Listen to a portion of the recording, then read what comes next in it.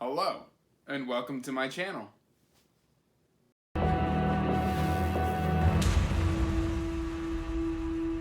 everybody, welcome back to Andrew's Wizardly Reads, and as always, I'm Andrew, and today I'm going to be doing my most anticipated series that I'm going to be starting in 2021. But before we get into it, go ahead and like and subscribe so you can get regular updates from when I drop videos. I usually post Mondays, Wednesdays, and Fridays, and always check the link down below for the link to the Discord. So without further ado, let's get into the books that I'm super excited to start this year. Now, this list isn't books that are releasing this year, although some of them do have books that are coming out in the series this year. These are just books that I have acquired and that I can't wait to get my teeth into. So this one's actually being started in just a couple days. It is the first book in the Live Ship Traders trilogy by Robin Hobb. This is the second trilogy in the realm of the Elderlings. And basically the premise, as I understand it, is that as trees or ships get older in this world, they can almost become sentient. And the people who crew this kind of form a bond with the ships. And that's just something that is super exciting to me. I've also been getting more into maritime fantasy. It's just got some themes that I'm really interested in. It's something different, and I'm really looking forward to exploring this. So that's the first book that I'm interested in getting into. The second one is The Gutter Prayer by Gareth Hanrahan. And I believe I've butchered his name yet again, but I'm going to go with it. I first saw this book over on Petrick's channel, and he had reviewed it and said that he really, really liked it. So I started looking in and doing some digging, and what I found online was it was like, if you like your fantasy kind of like you like Dark Souls, The Gutter Prayer is for you.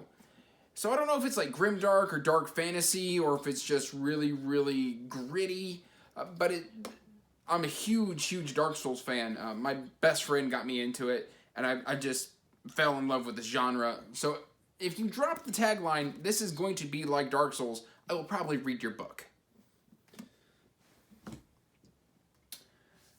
Going on next, we've got the Licanius trilogy. This first book is The Shadow of What Was Lost by James Islington. I first heard about this, I think, over on Mike's channel, on Mike's book reviews.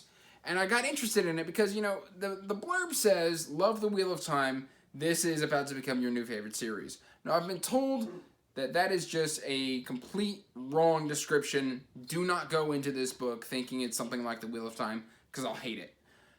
And as a huge, huge Wheel of Time fan, I think that's good advice. I'm actually just going to go on into this book with blinders and see if I can find something that's really, really enjoyable here. As a first-time author, I've heard that it's got a lot to give, but it's not going to revolutionize the genre at all. But it's still something that, I mean, just look at the cover art. The audiobooks were narrated by Michael Kramer and Kate Redding, so, I mean, that's another plus, and I just really want to get into this. Next up, I've got The Emperor's Blades by Brian Staveley. I know nothing about this other than it's the Emperor has died, and it's got 3 children, his 3 descendants spread across everywhere, and they've got to come together. What I've read about the author, though, is that he's kind of like a zany, quirky kind of guy, and I really fell in love with what his bio said about him rather than what I know about the book, because if I can identify with the author, a lot of times I feel like I'll identify with their work. So I've got the whole trilogy. I plan to start this either in April and May. I've been experiencing a little bit of burnout lately, so I might be scaling down my TBR. This was initially scheduled for May, but it might get pushed or for April, but it might get pushed to May. So we'll see what happens there. So the next one that I am most looking forward to is Soulkeeper by David Dalgish. I found this as a sample on the Kindle store, and I downloaded the sample, and I read the first chapter, and it was almost like a try a first chapter thing, and I instantly fell in love with it. It's almost like the character is like some sort of wandering priest who does like rites for souls, but like you can see he's carrying a sword, so he's like a warrior priest, and that just kind of caught my interest. I just fell in love with the first chapter, and I've already recommended this to one of my friends, and he said he's enjoying it, but it's nothing special, but it's still still on my most anticipated just because I want to get in there and sink my teeth into it. I already have the entire trilogy just based off of that first chapter, so let's hope that that wasn't a mistake. But I will keep you guys regularly updated on this. Coming up next, I have got the UK edition of the first book of the Rift War saga. In the US version, they split the first book into two. You've got Magician's Apprentice, and I believe it's a Magician's Master. But the UK keeps it all in one binding, and honestly, I love the cover art. I know nothing about this other than somebody in the Discord recommended it to me and said that they really enjoyed it. And that's really all I've got to go off of it. But their recommendation was enough to get me to go ahead and purchase this book. Moving right along, I have got The Forgetting Moon, The Five Warrior Angels by Brian Lee Durfee. Brian Lee Durfee is another booktuber who happens to be an author. I read the first, this was another sample read for me, and then I saw it explode all over BookTube immediately following. I'd heard whisperings of it, but when I tried the sample chapter, all of a sudden it was everywhere. And I've heard that this is an interesting novel, but that it really, really pays off in the sequel. So I've already got the first one and the second one. I believe Brian just finished up the third one, so I look forward to reading this and doing a solid review for it. My child's crying, so we'll see if that comes across on the camera. Next up, I've got The Bone Ships by R.J. Baker. This is another fantasy maritime thing where basically the ships are made out of dragon bones, and that's all that was required for me to be sold on this series. The third book is coming out this year, and if I really love this, I'll be going ahead and picking up, I've already got the second book, I'll be picking up the third book. So that is The Bone Ship, which is the first book in the Tide Child trilogy. This is one I've already started. I've actually already read this book, but it's a shoo-in for the series, The Crown of Stars. I really enjoyed this book. It was a solid 4 out of 5. And I'm just excited to get into the rest of the series to see where it goes.